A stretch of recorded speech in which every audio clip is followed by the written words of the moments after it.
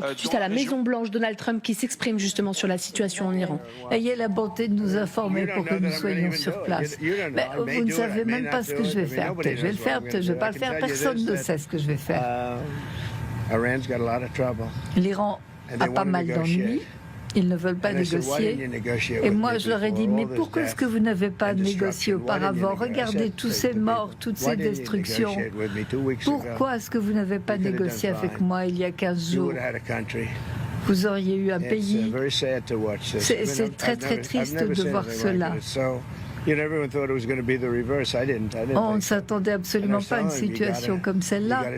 Et maintenant, il faut faire quelque chose, il faut négocier.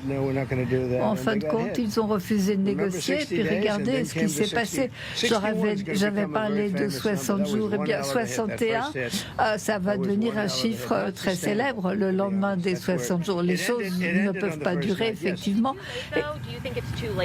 Pensez-vous que ce soit trop tard? Maintenant, rien n'est trop tard. La seule chose qui est trop tard, c'est Powell. Powell, le tardif. Moi,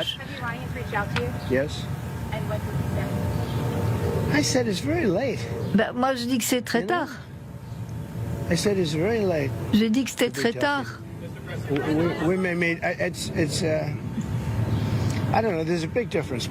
y a une grande différence entre aujourd'hui et il y a 8 jours.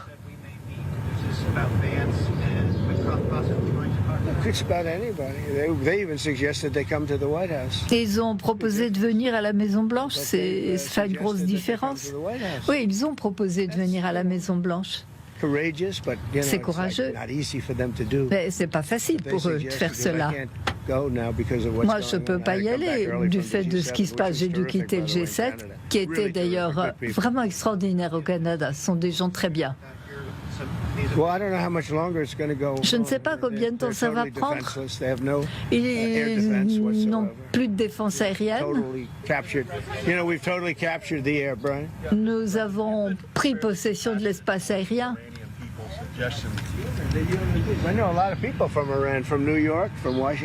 Il y a beaucoup de gens de New York, de Washington, des gens incroyables, des gens intelligents, des gens pleins d'énergie, des gens difficiles, mais vous aussi, vous pouvez l'être, sont des gens remarquables, des gens intelligents. Et ces gens, ils sont dans une situation épouvantable. C'est vraiment dommage, c'est tellement stupide.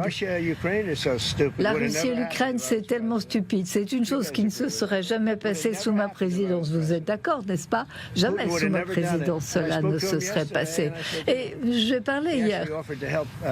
Et il a proposé sa médiation. Et je lui ai dit non, écoutez, occupez-vous de la médiation entre la Russie et l'Ukraine. Commençons par la Russie et vous vous occuperez de ce conflit-là plus tard. J'espère que ça va marcher, mais il y a tellement de gens qui ont été tués. Le problème, c'est qu'il y a beaucoup plus de gens morts que dans le cadre de l'Ukraine et de la Russie. Il y a un bâtiment qui s'est effondré, par exemple. Deux mots très simples. Une reddition sans condition. J'abandonne. Sinon, il va falloir faire sauter toutes les installations nucléaires qu'il y a dans le pays. Et ils ont de mauvaises intentions. Ça fait 40 ans qu'ils disent mort à l'Amérique, mort à Israël, mort à tous ceux qu'ils n'aimaient pas.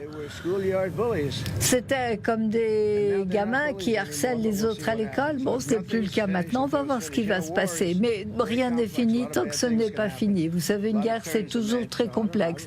Il y a beaucoup de choses qui peuvent se passer. Donc, ce que je pourrais dire, c'est que oui, des progrès ont été faits. Je pense que la semaine prochaine va être très importante. Ça ne prendra peut-être même pas une semaine. Mais est-ce qu'il y a quelqu'un ici qui aurait pu dire qu'on pouvait accepter qu'un pays hostile détienne l'arme nucléaire susceptible de détruire d'autres nations, simplement avec de la poussière qui serait poussée par le vent. Nous avons été, cela fait des années que l'Iran nous menace. Et regardez, il y a 15 ans, on a dit qu'il n'était pas concevable que l'Iran détienne l'arme nucléaire. nucléaire. Ça fait longtemps que je le dis et je le pense encore plus aujourd'hui que jamais.